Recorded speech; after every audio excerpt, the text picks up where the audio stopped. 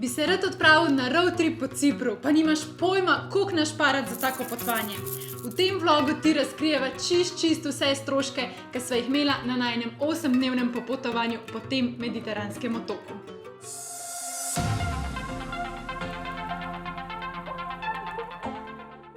Hejho! Dobrodošli nazaj na najinem kanalu. Z vami sva tako kot vedno Ponč pa Sonč oziroma Alex in Cindy.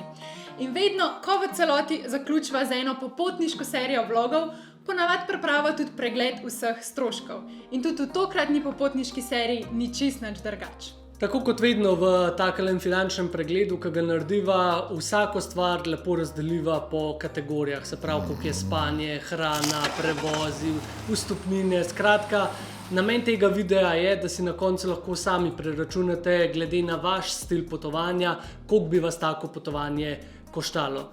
Seveda, na koncu tega videa pa potegneva uno črto in poveva tudi, koliko je bil najin celoten strošek.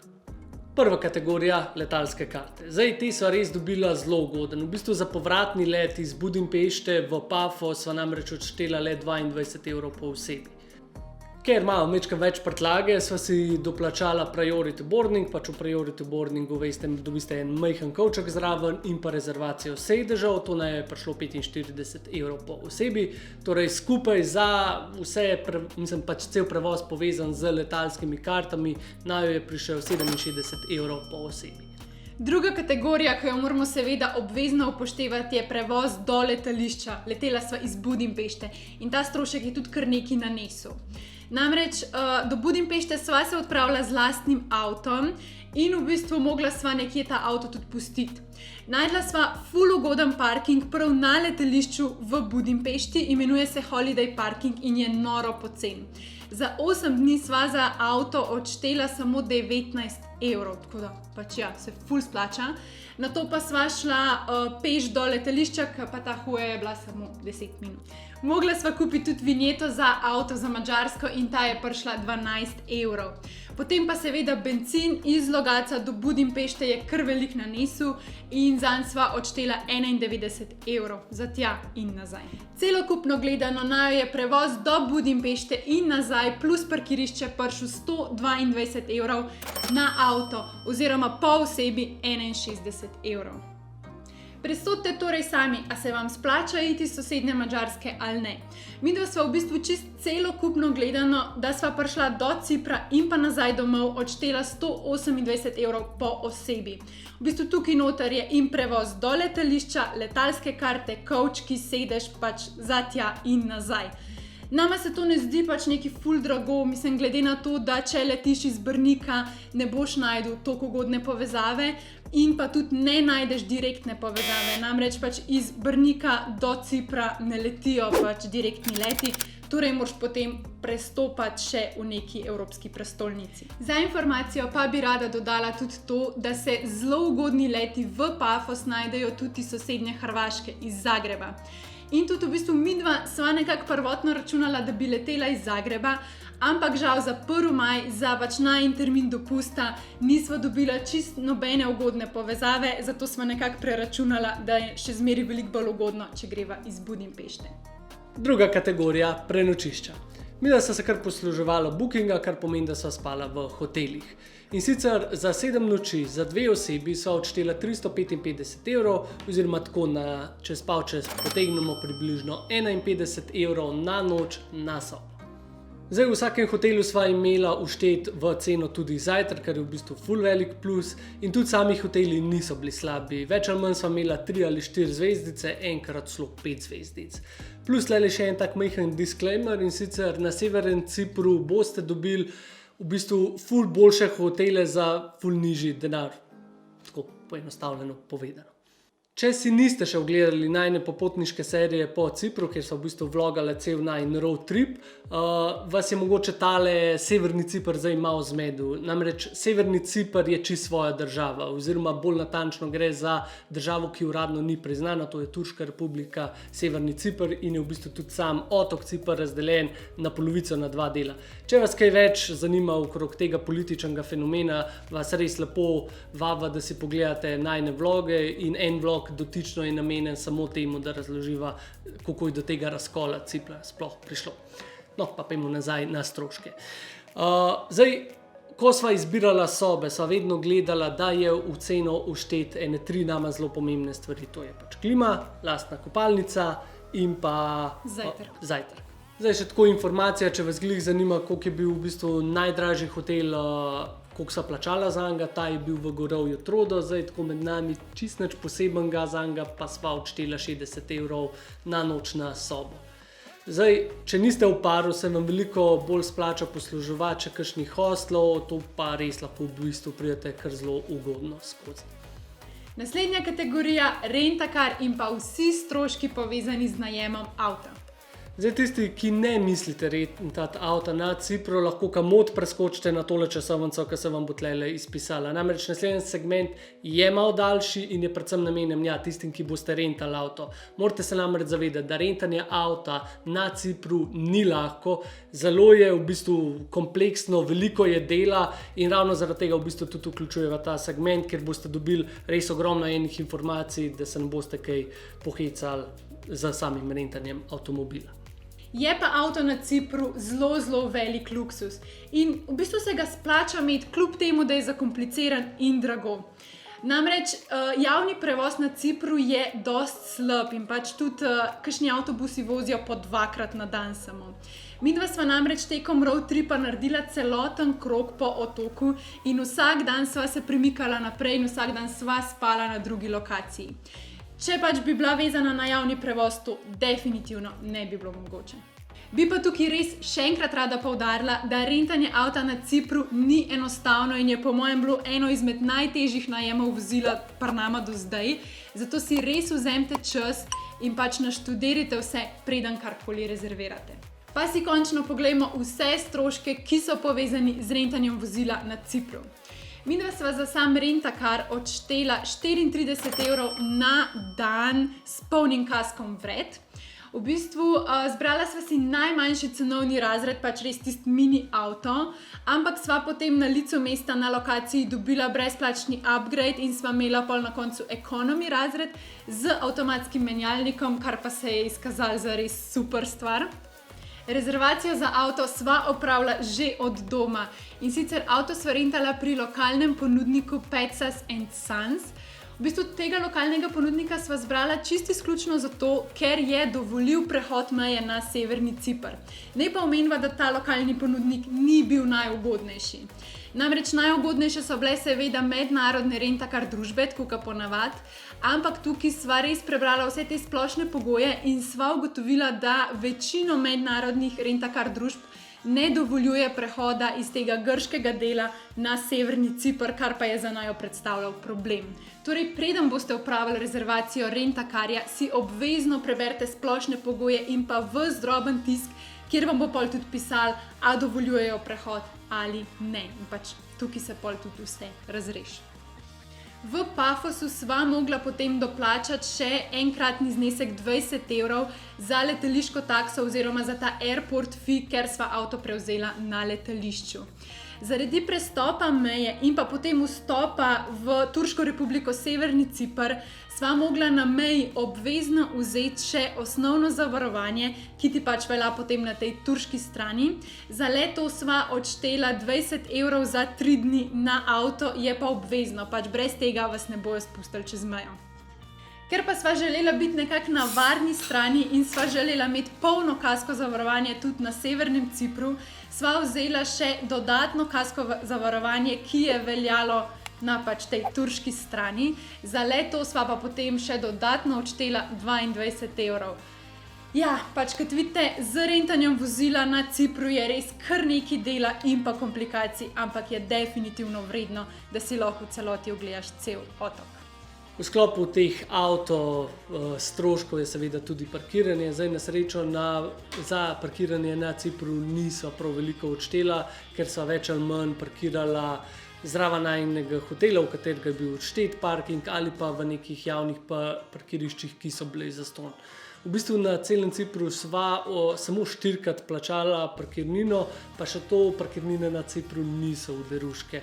Tako če sam za primer, recimo v glavnem mestu Nikozija, zelo blizu centra sva dala, ne vem, samo 3 evre na dan, mislim, za celodnevno parkiranje, ali pa recimo, če se odpraviš na plažo, je tudi recimo od 1 do 3 evrov za celodnevno parkiranje, tako da se kar splača. Sva pa za vse parkirnine, se pravi v 8 dneh, odštela samo 8 evrov. Plačati sva mogla seveda tudi bencin in za bencin sva odštela celokupno gledano 64 evrov za celoten road trip. Enkrat sva tankala na severnem Cipru, ker je bil v bistvu tam bencin veliko cenejši kot pa na grški strani, potem pa sva enkrat tankala tudi na grški strani, preden sva pač vrnila avto v Pafosu. 5 evrov sva odštela še za pranje vozila, pač enkrat sva ga peljala na koncu v pralnico, lih zaradi tega, da sva zakrila sledi off-roada, midva to zmeri narediva, ker najemna pogodba ne dovoljuje, da greš pač izven asfaltiranih cest, pa nočva imeti nekih problemov, tako da v njih 5 evrov nama res ni škoda dati. Sva pa v bistvu celokupno gledano za celotne pač stroške povezane z avtom odštela 376 evrov za avto za 8-dnevni road trip. Naslednji večji strošek, hrana in pijača. Zdaj midva se rada gurmansko razvajava in Cipr ni bil nobena izjema. Sva jedla v bistvu kar kaj, enkrat na dan sigurno zjutraj v restavraciji nek topel obrok, včasih celo 2krat. In ja, v bistvu skupaj v 8 dneh sva odštela 146 evrov. Zdaj v to ceno je pa v bistvu vključeno vse, se pravi od restavracij, kar so v trgovinah nabavila in celo kakšne te vode in kave na letališčih, ki so ponovadi zelo drage. Zdaj tle spet en tak disclaimer, se pravi severni Cipr je cenejši od grškega dela in to se tudi močno pozna na hrani in pijači. Če vam dam čisto en tak primer, recimo v Pafosu sva za 2 glavni jedi in za pol litra vina odštela 42 evrov, na severnem delu sva pa recimo za isto 2krat glavna jed pa 2krat pol litra. Ne, 2krat pivo. 2krat pivo, no, odštela le 14 evrov, tako da je kar velik razkorak. Ali pa še bolj bizarno, recimo v Nikoziji, ki je pač dobesedno prestolnica, ker je razdeljena na pol in pol je grškega, pol je pač turškega in v tem turškem severnem delu so spet recimo 2 glavni jedi pa 2 Coca-Coli, je prišlo 13 evrov. Tako da ja, na severnem delu se kar splača jest in piti. In to je v bistvu ten tak bottom line, se pravi, če boste jedli in pili na grškem delu, pričakujte približen evropski oziroma slovenski standard, medtem ko na severnem Cipru so pa te cene nekako bolj bliže Turčiji in turškemu standardu. Bi pa posebej izpostavila še eno gurmansko razvajanje in sicer tako imenovane grške tradicionalne meze oziroma ribje meze. Gre v bistvu za 7-hodni meni, kjer ti postrežejo res svega iz svašta. In sicer tisna je prišlo kar drago in sicer midva sva odštela 62 evrov. Lahko je več, lahko je manj, odvisen tudi, v katero restauracijo greš. Zdaj te meze so v bistvu kar znatno dvignile povprečni strošek najine hrane in pijače, ampak gre pa sigurno za neko izkušnjo, ki jo morate doživeti, če ste na tem grškem delu. Naslednji segment pa so vstopnine. Na Cipru midva sicer res nisva prav veliko zahajala v same muzeje, več ali manj sva si ogledovala neke naravne lepote, ampak tudi ko sva zašla v neke pač muzeje oziroma neke te atrakcije, ki jih je treba plačati, le-te niso bile prav drage. V bistvu celokupno sva za vse vstopnine odštela samo 13 evrov po osebi, kar se mi zdi res tak nek normalen strošek. Vam bom pa zdaj nekaj vstopnin naštela takole posebej. Se pravi, v Pafosu sva si ogledala Tombs of Kings, le-te so najo prišli 2,5 evra po osebi. Neolitska naselbina je bila prav tako 2,5 evra. Potem sva šla v Golden Donkey Farm, ki najo je prišel 4 evre po osebi. Samostan Abbey in pa grad San Hilarion pa je bilo oboje 2 evra. In pa še zadnji segment, razno. Zdaj tle je res všteto vse v bistvu noter, kar nekako ne možem kamor uvrstiti, kakšne sončne kreme, spominki, pa seveda tudi kakšen malo močnejši alkoholček, ker je treba razgraditi tuje bakterije, ki jih mi ne poznamo, da ni kdo bovan. No, zato sva odštela 17 evrov na osebo. Tako, to je to. Pa sva vam predstavila čisto vse stroške, ki sva jih imela midva na najnem road tripu po Cipru. Zdaj vas pa verjetno zanima tista končna številka. Torej, če potegnemo črto čez vse, naj je celoten 8-dnevni road trip po Cipru prišel 669 evrov po osebi. Zdaj mi bi nekako tukaj rada poudarila, da je bil največji strošek tukaj rentakar, kar naj je dejansko kar presenetil. Mislim, s tem rentakarjem je bilo povezan tudi pol veliko dodatnih stroškov. Bi se pa dal pač ta potovanje izvesti tudi veliko cenej, recimo že, če ne rentate rentakarja, ali pa da ne spite v hotelih, pa greste v hostle, ali pa med drugim recimo tudi, če pač greste v kakšno restauracijo manj, kakor sva bila mi dva. Vse tukaj se definitivno da še prišparati. Je pa Ciper res en tak otok, ki je vreden obiska in pa vreden ogleda. Veliko ponuja. No, tako evo, pa še za vse vas vizualne tipe, tortni diagram, ki predstavlja celotne stroške najnega road tripa po Cipru za 2 osebi. Za letalske karte plus doplačilo za priority boarding sva odštela skupaj 133 evrov. Prevoz do Budimpešte in nazaj naj je prišel 122 evrov. Rentakar in vsi ostali stroški, ki so bili povezani z najemom avta, so bili 376 evrov. Prenočišča za 8 dni so bila 355 evrov, hrana in pijača 293 evrov, vstopnine 26 evrov za oba in pa potem še vse ostalo 33 evrov. A smo ga prijadrali do konca, ajga.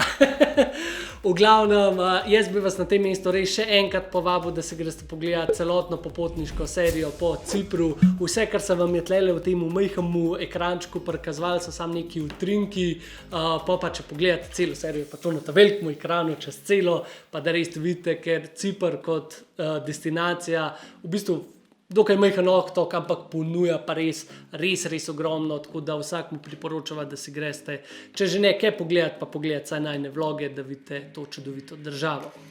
Zdaj, mi da tudi tele videe glede stroškov in načrtovanja zelo rada pripravljava, ker se nam zdi, da dajo neko dodano vrednost, da če že ne planirate, pa da saj približno vidite, koliko bi vas neko tako potovanje prišlo, in bi vas prosila, da nam spodaj v komentarju pustite kakšen komentar, kako se vam zdijo pač te tipi video, a nadaljujeva z njimi tudi pri ostalih potovanjih naprej. Glih toliko, da imava midva malo občutka, a delava pravo stvar.